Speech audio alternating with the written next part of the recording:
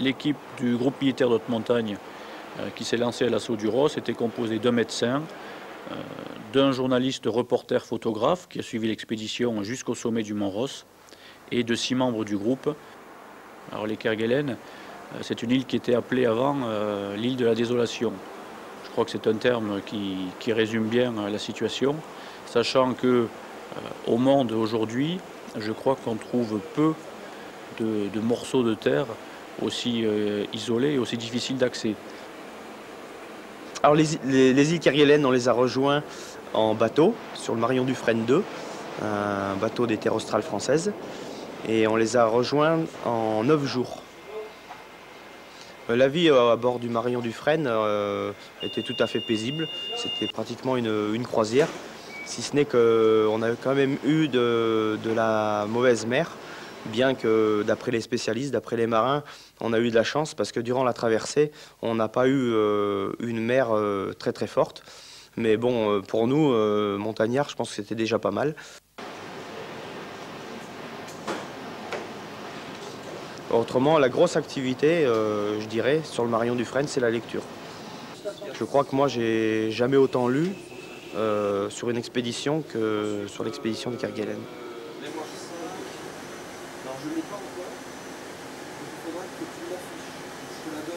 Alors le mal de mer, j'ai été soumis au mal de mer comme un peu tout le monde, mais j'ai pas eu, j'en ai pas souffert énormément, un petit peu au début.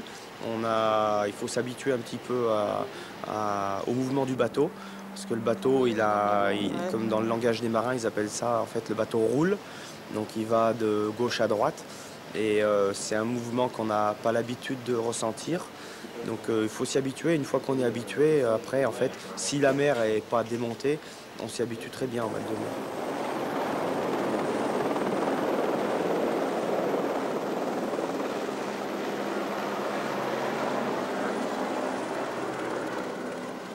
Alors à l'aller, on s'est arrêté aux îles Creuset, où se trouve une base scientifique française.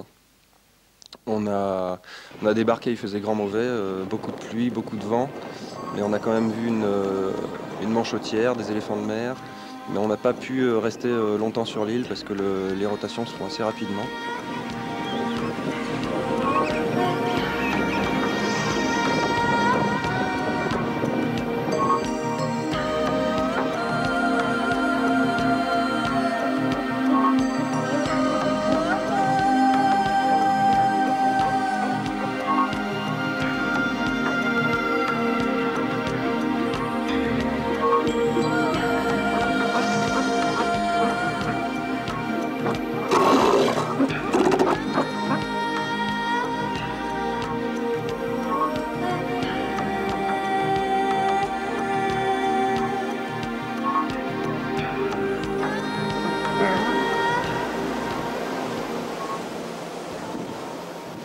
Donc après avoir visité l'île Crozet, nous sommes passés au large de l'île aux Apôtres et l'île aux Cochons, qui se trouvait un petit peu plus loin sur la route de l'île Kerguelen. Et c'est des îles très très sauvages où il n'y a que des animaux en permanence. Il y a des éléphants de mer, il y a des oiseaux, mais il n'y a pas de traces de civilisation en permanence. En fait, ça a été le théâtre de nombreux naufrages, en particulier les apôtres.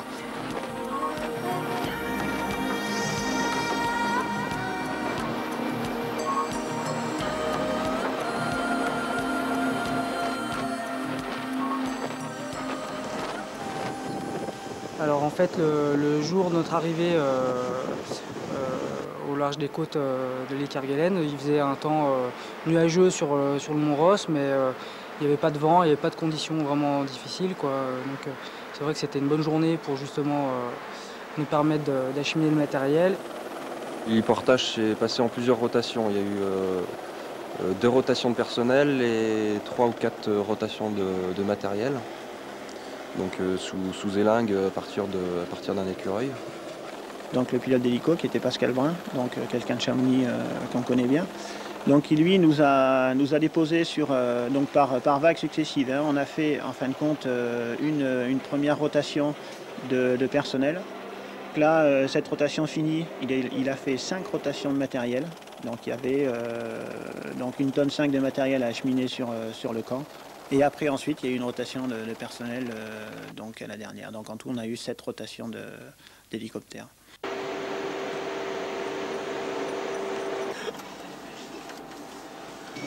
Ouais, comme ça, éviter les soirs.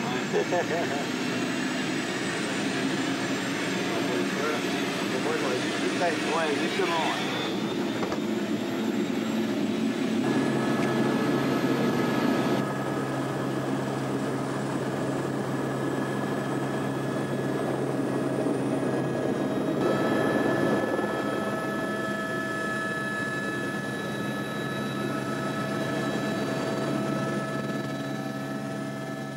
On est allé sur le sommet au bout d'une demi-heure d'hélicoptère.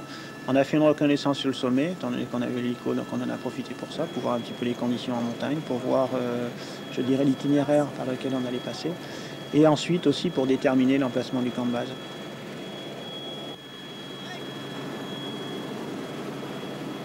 Puis aussi on a eu l'occasion de survoler le Ross, et donc ça c'était très important pour nous parce qu'on avait peu de renseignements justement sur l'itinéraire, même on avait peu de photos de la face en question, donc c'était un bon avantage pour nous de pouvoir survoler ce mont Ross.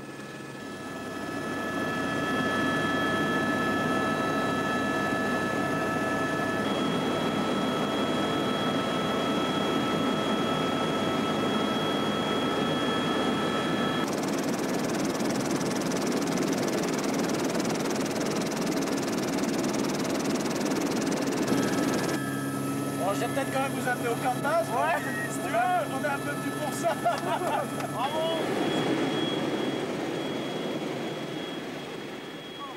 On a eu de la chance pour l'héliportage parce que c'était grand beau et ça nous a permis de faire une reco du sommet à partir de l'hélico et ensuite de nous poser sur un camp de base intéressant pour pouvoir repérer un endroit où il y avait de l'eau et puis assez plat et assez proche du début de l'ascension.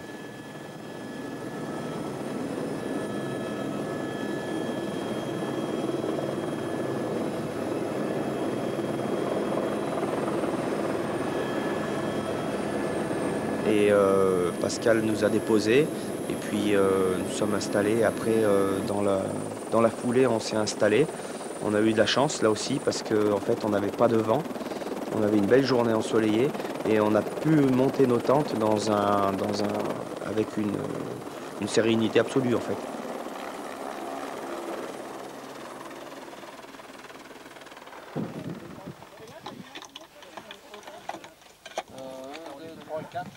Oh, il a pas une tête à... Laurent. D'accord. Alors le camp de base pour décharger les caisses et en extraire les tentes et le reste et les effets personnels, ça a été assez rapide, une demi-journée. Ce qui a été plus long en revanche, ça a été d'installer les tentes et surtout de construire autour des tentes des murets de pierre parce que après la première nuit, on s'est rendu compte qu'effectivement le vent là-bas, c'était pas une légende, c'était quelque chose de très fréquent et de très violent. Alors on a décidé de monter des murets, mais un peu comme nos prédécesseurs en 75, hein, à l'imitation, on a décidé de monter des murets de pierre qui étaient plus hauts que nos tentes, de façon à protéger ces tentes et à nous protéger du vent qui était parfois très violent. Alors 2 jours à peu près pour installer ces murets, 2-3 jours.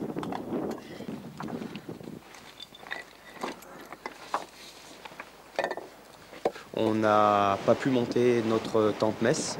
On avait une tente style tente tipi où on aurait eu l'occasion de se retrouver tous pour les repas. Et là, vu le vent constant qu'il y a là-bas, la tente n'aurait jamais résisté à une telle force. Donc heureusement qu'avec nous, en fait, on avait des caisses qui nous ont servi au transport. Donc en fait, on a fait un assemblage avec ces caisses. On avait 4 caisses et on les a dressées. On a fait des murs avec et on a mis une toile au-dessus. Et ça nous a permis de nous retrouver dans notre petite cabane. Donc on s'est fait une petite cabane où on pouvait se retrouver dans un abri quand même assez confortable, si ce n'est les jours de pluie où là c'était aussi trempé à l'intérieur qu'à l'extérieur.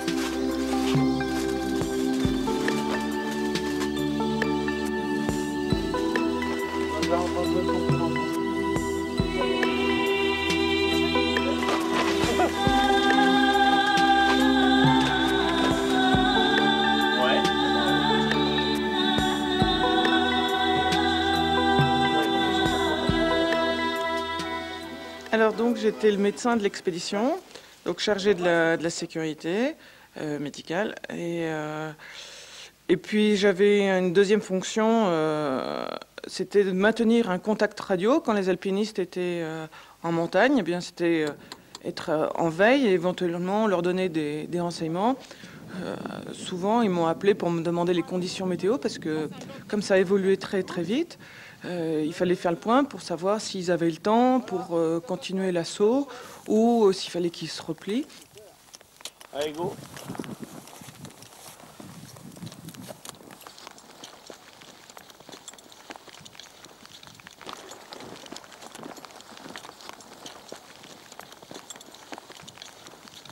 Donc une fois que le camp de base a été installé, on a mené différentes reconnaissances sur la montagne. Déjà une reconnaissance pour trouver la meilleure et la plus rapide marche d'approche pour l'ascension, ce qui nous a permis de reconnaître un couloir qui avait été baptisé le couloir de la peur durant l'ascension de 1975. Cette approche a été abandonnée parce qu'elle était trop technique et on n'aurait pas spécialement gagné du temps.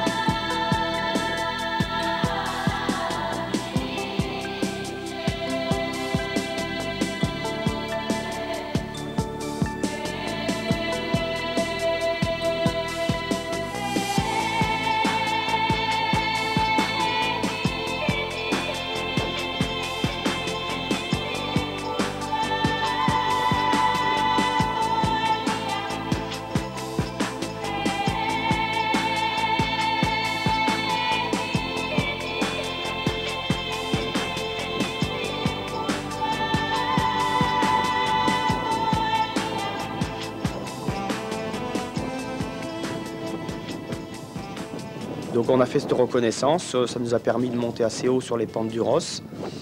Et puis on est redescendu au camp de base dans fin de journée et il neigeait. Je me souviens qu'il neigeait, c'était pas du tout le beau temps.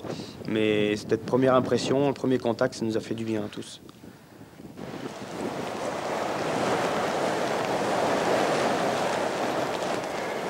Ce soir, cette nuit et journée de demain mercredi, le ciel reste variable cette nuit et une grande partie de la journée de demain, accompagnée d'averses principalement sur les reliefs. Côté vent, cette nuit et demain matin, il souffle d'ouest 15 à 25 nœuds. État de la mer sur la zone Caire. Alors la vie au camp de base au Mont-Ross, c'est une vie qui est assez tranquille lorsque le temps est mauvais parce qu'on ne peut pas trop sortir de la tente. Alors s'il y a bien un endroit où il ne faut pas oublier ses livres et son Walkman, c'est bien là-bas.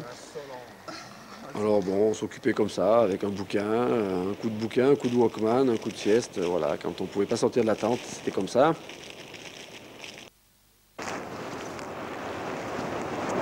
Les activités à Kerguelen, c'est musique,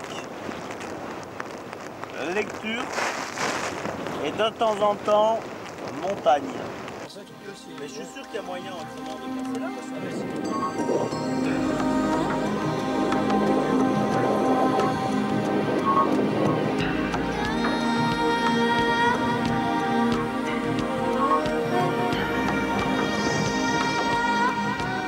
Donc quand il faisait un temps mitigé qui ne permettait pas l'ascension du Ross, mais qui permettait quand même de marcher, on est parti un petit peu à l'aventure, enfin à la découverte sur l'île, ce qui nous a permis de faire le tour du massif du Ross. On est allé voir le Doigt de Sainte-Anne, qui est une très très grande manchotière sur les îles Kerguelen, donc avec des milliers de manchots, ce qui est énormément impressionnant. C'est vraiment la nature à l'état sauvage. Impressionnant, les animaux, c'est des animaux qu'on peut-être jamais vu des humains, donc on les approche facilement.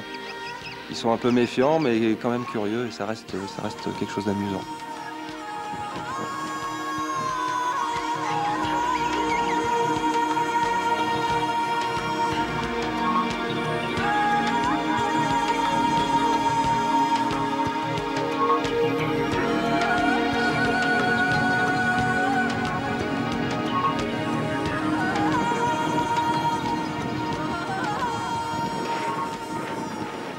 Le Kerguelen, c'est assez insolite, c'est aussi insolite dans l'alpinisme.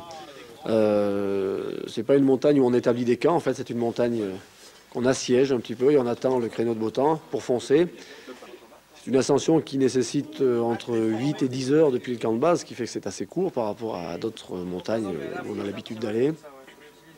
Quand t'as du matos, tout de suite, même au moins d'un gars qui est pas bon. Alors on a fait environ 3 à 4 reconnaissances avant l'ascension. À chaque fois, le mauvais temps était là pour nous barrer la route. Donc ça n'est qu'au 12e jour de présence au camp de base qu'on a pu réaliser l'ascension. Et là, ça s'est fait en 2 groupes. Un premier qui est parti à 4 h du matin du camp de base pour reprendre l'itinéraire classique Afanassiev-Cordier. Et puis notre équipe composée d'Antoine Carole et de Philippe Renard, qui eux ont fait une petite variante en face nord. Et en fait, on s'est rejoint non loin du sommet, sur l'arête sommitale.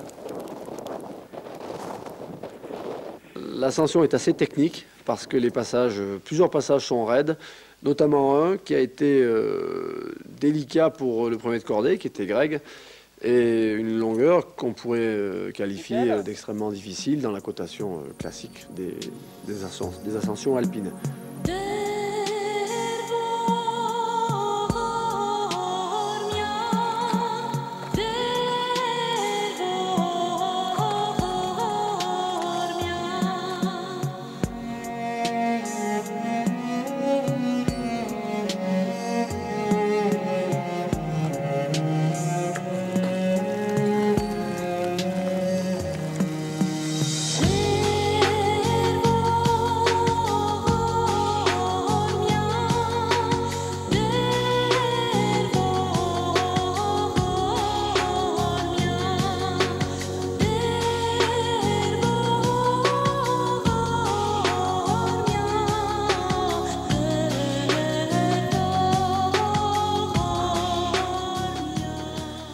C'est bon, on a fait l'artif. On a toutes les pentes de neige, on est au sommet. Et ben voilà. Ah non, voilà pas. C'est une ascension assez particulière avec beaucoup de montées, beaucoup de descentes, ce qui n'est pas non plus habituel dans les ascensions traditionnelles. Et surtout une montagne couverte de givre, parce que l'effet du vent et du gel sur cette montagne particulière entraîne une accumulation invraisemblable de givre sur le rocher, de l'ordre d'1 mètre d'épaisseur, et ça c'est quelque chose qu'on n'avait jamais vu. Génial! Ah ouais, super! Bon, belle variante hein, les gars! Super! Sur l'arête, donc sommitale, les conditions étaient bonnes. On avait du givre en fin de compte de surface pour terminer au sommet sur une petite ascension qui devait faire 5 mètres de haut, bon, où il a fallu creuser pratiquement un tunnel pour aller au sommet, quoi, en fait.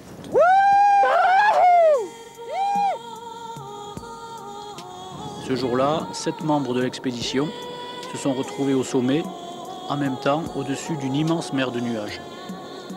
Les jours qui suivirent, le mauvais temps, les mauvaises conditions sur la montagne nous ont empêchés de réaliser les autres tentatives qui étaient prévues. Il y a 2 chiffres qui sont importants, je crois, et qui résument cette expédition. C'est plus de 2 mois et demi d'expédition pour 6 jours de montagne. Cela donne une idée de l'hostilité et de l'isolement de cette région. Super, génial, extra.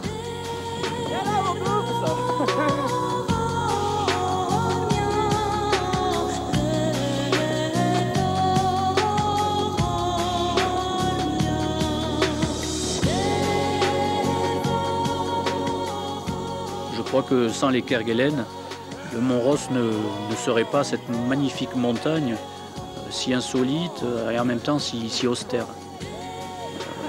C'est la proximité de l'océan austral et de ces tempêtes qui justement rend ce sommet si inaccessible et donc pour nous si attirant.